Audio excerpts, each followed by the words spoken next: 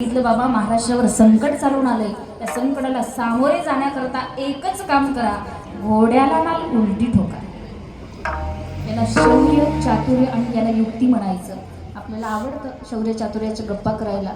आपण पण म्हणत असतो, कडक इस्त्रीचे कपडे घालतो, डोक्यात कडक टोपी घालतो, चौकात बसून आपण मोठमोठ्या म्हणत असतो, फाडून टाकीन कापून घरी आल्या दादा काही चालत नाही आपलं. माझी विनंती असेल तुम्हाला, आपल्याला वाटत असेल मी माझं जीवन स्वाभिमानाने अभिमानाने वरमान करून जगावं, याच्याकरता राजांचा इतिहास ज्ञानोबा तुकोबांचे विचार आपल्याला घ्यावे लागतील. राजाने सांगितलं संकटाला सामोरे जायचं, घोड्याला ना उलटी ठोकायची. त्या बाबांनी सांगितलं राजा घोड्याला ना उलटी ठोकणं शक्य नाही, कारण घोड्याला जर नाल उलटी ठोकली गेली, घोड्याचा पळायचा वेग कमी होईल. राजा त्या घोड्यावर तुम्ही बसणार आहात, लाखो मावळे त्या घोड्यावर बसणार आहात. राजा घोड्याला नाल उलटी ठोकणं शक्य नाही. राजांनी सांगितले सत्तेपुढे शहाणपणा चालणार नाही. राजाला प्रत्येक घोड्याला नाल उलटी ठोकली गेली. जे काही दुश्मन या महाराष्ट्रावर चालून आलं होतं, डोक्यात एकच कल्पना होती, आता महाराष्ट्र आपल्या ताब्यात आलेला आहे, आता फक्त हा हिरवा रायगडावरती लावायचा म्हणजे स्वराज्य आपल्या ताब्यात आलं. पण त्यांना माहिती नव्हतं आमचं भगवं वादळ येणार आहे, डोक्यात कल्पनाही नव्हती. एक दिवस राजाने ठरवला, एका पाखंड्याचं खंडन कसं केलं. एक दिवस ठरवला, मावळ्यांना सांगितलं, झिमझिम पाऊस चालू होता आणि त्या पावसात त्या रात्री छत्रपती शिवाजी महाराज लाखो मावळ्यांना सोबत घेऊन दुश्मनाच्या महालाकडे निघाले. हातात पेटलेल्या मशाली होत्या. सांगितलं दुश्मनाला संकटाला सामोरे जायचंय, संकटाचं निवारण करायचंय.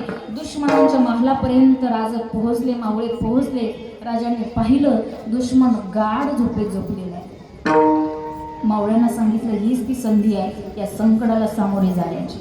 छत्रपती शिवाजी महाराज आणि लाखो मावळे सांगितलं मावळ्यांना घोड्यावरून उतरायचं. सप सप सप सप वार चालू केली. कुणाची मोडकी छाटली जातीये, कुणाचे पाय छाटले जातीये, कुणाचे हात छाटले जातीये. लक्षात आलं छत्रपती शिवाजी महाराजांनी हल्ला केलाय. ओरडायला सुरुवात केली, हुजूर शिवाजीने हल्ला केला, हुजूर शिवाजीने हल्ला केला, हुजूर शिवाजीने हल्ला केला. अरे पकडा त्या शिवाजीला, आणा त्या शिवाजीला.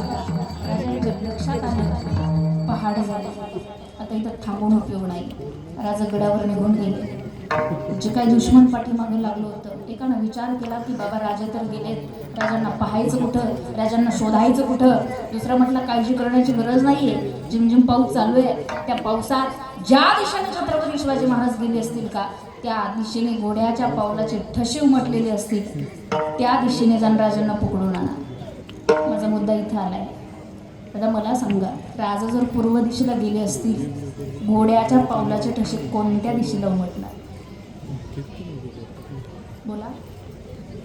पश्चिम दिशेला. पोरांनी उत्तर दिलंय, टाळी वाजवा एकदा त्यांच्याकडे. पश्चिम दिशेला उमटले. त्याचं कारण काय? घोड्याला नाल उलटी ठोकली होती. पायाला युक्ती म्हणतात, याला शौर्य म्हणतात, याला चातुर्य म्हणतात. संकटाला सामोरे कसं जायचं हे राजांकडनं शिकायचं. जे काही दुश्मन पाठीमागं पळत होतं, पश्चिम दिशेला गेलं, राजा पूर्व दिशेला गेले, ते तिकडेच तोंडाला फेस येऊन पडलं, पण राजे काही सापडले नाहीत. असा एकच राजा या महाराष्ट्रामध्ये होऊन गेला, त्यांचं नाव म्हणजे छत्रपती शिवाजी महाराज. त्यांच्या राजांसाठी म्हटलं जातं एकच राजा, एकच राजा इथे जन्मला, शिवनेरी किल्ल्यावर. माझ्या राजाचा